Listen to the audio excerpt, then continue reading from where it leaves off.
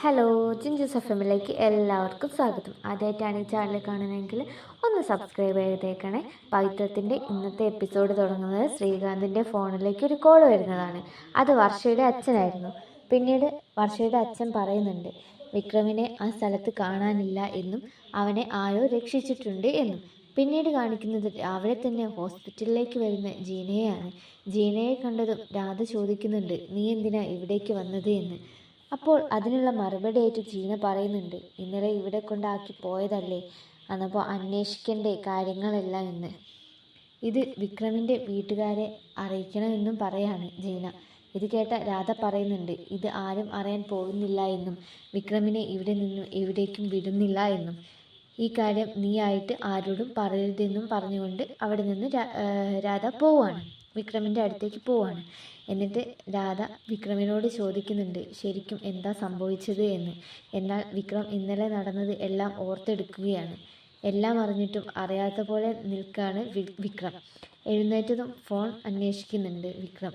എന്നാൽ തനിക്ക് അറിയില്ല എന്ന് കള്ളം പറയുന്നുണ്ട് രാധ. പോവാൻ നിൽക്കുന്ന രാധയോട് വിക്രം പറയാണ് നാളെയാണ് ആ ദിവസമെന്ന്. എന്നാൽ ഇത് കേട്ട രാധ ദേഷ്യത്തോടെ പറയാണ് അവൾ വന്നതിന് ശേഷമാണ് വിക്രമിന് എല്ലാ പ്രശ്നങ്ങളും ഉണ്ടായത് എന്ന്. അങ്ങനെ കൊണ്ട് രാധ അവിടെ നിന്നും പോവാണ്. പിന്നീട് കാണിക്കുന്നത് ദൈവത്തിൻ്റെ മുന്നിൽ വെച്ച് കൈകൂപ്പി പ്രാർത്ഥിക്കുന്ന വേദയാണ്. അപ്പോഴാണ് അവിടേക്ക് നന്ദിനി വരുന്നത്. വേദ പ്രാർത്ഥിക്കുന്നത് കണ്ട് നന്ദിനി ഒരുപാട് കളിയാക്കി പറയുന്നുണ്ട്. പകരമായി വേദ നന്ദിനിയെ ഓരോന്ന് പറഞ്ഞ് പേടിപ്പിക്കുന്നുമുണ്ട്. പിന്നീട് കാണിക്കുന്നത് വിക്രമിൻ്റെ കൂട്ടുകാരെയാണ്.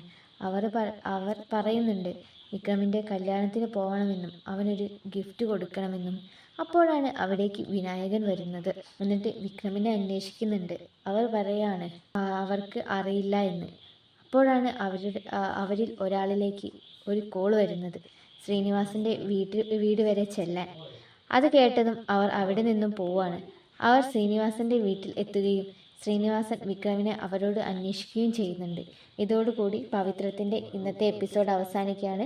അടുത്ത എപ്പിസോഡായിട്ട് വരുന്നവരെ ടാറ്റാ, ബൈ ബൈ.